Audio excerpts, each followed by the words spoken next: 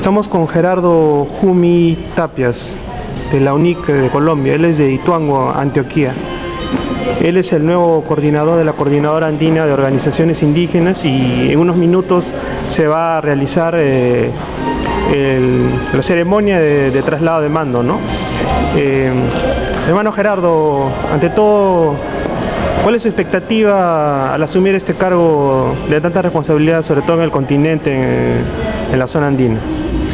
Bueno, tenemos un mandato muy claro que es trabajar porque los estados reconozcan que son estados plurinacionales, es decir, el reconocimiento de que los pueblos indígenas son parte integral de la conformación de los estados nacionales.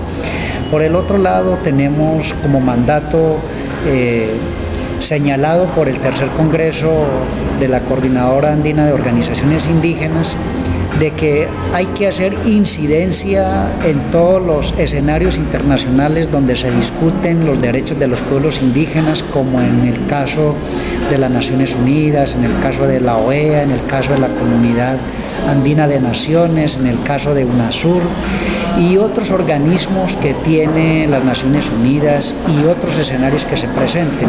También tenemos como mandato defender la Pachamama, defender las tierras y territorios de los pueblos indígenas, defender la soberanía y autonomía de los pueblos indígenas, la defensa de las glaciares, de los cerros, los bosques de los pueblos indígenas, toda su biodiversidad.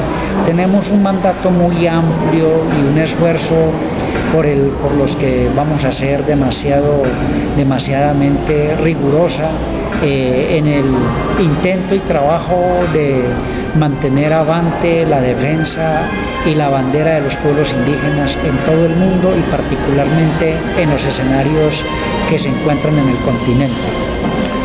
Precisamente en estos momentos en la región andina, en América Latina, se vive un momento de resistencia de los movimientos sociales, de los pueblos indígenas, con el tema del extractivismo, sobre todo la minería, ¿no? En ese aspecto, ¿cómo ve usted este tema que también le va a tocar en el mandato que próximamente, bueno, que ya asumió, ¿no? Como CAOI? Es un tema bastante importante. Es importante por su vigencia, es importante por su magnitud y por las complejidades que ello está representando para los pueblos indígenas y los estados. En este tema, pues la discusión es muy álgida, en tanto que la minería no le está trayendo desarrollo social y económico para los pueblos indígenas, está contaminando las aguas, degradando el ambiente y dañando y afectando toda su biodiversidad, por un lado, y por el otro lado porque ni al país ni a las otras sociedades que tienen derecho se benefician con este tipo de riquezas, de extracción y explotación de los recursos naturales, como el caso del oro y otros recursos. Entonces ahí está el debate.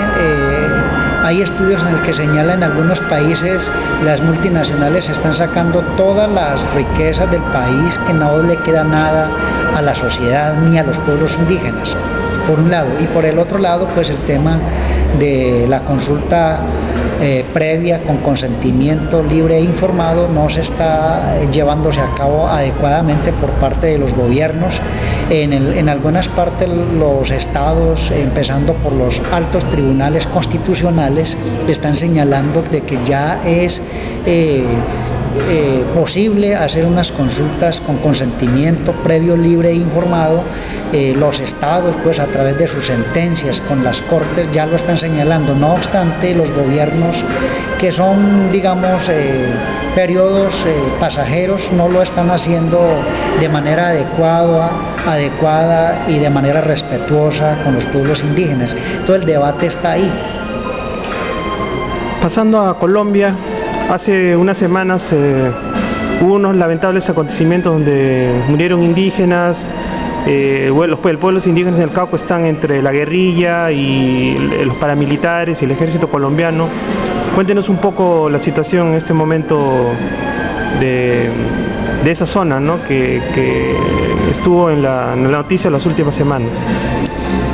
Mire, allí los pueblos indígenas se han venido movilizando justamente en contra de la minería, en contra de los megaproyectos que se están llevando a cabo y que se quieren llevar sin la consulta previa, libre y con el consentimiento de los pueblos indígenas. Allí ha habido unas movilizaciones también por la desmilitarización. Y el gobierno de Colombia pues no ha querido concertar con los pueblos indígenas, entonces debido a ello ellos se movilizaron. Pero pues recientemente también el presidente se presentó a la gran movilización convocada por los pueblos indígenas a pactar un periodo de 2 meses para establecer unas mesas de negociación que permitan llegar a algunos acuerdos.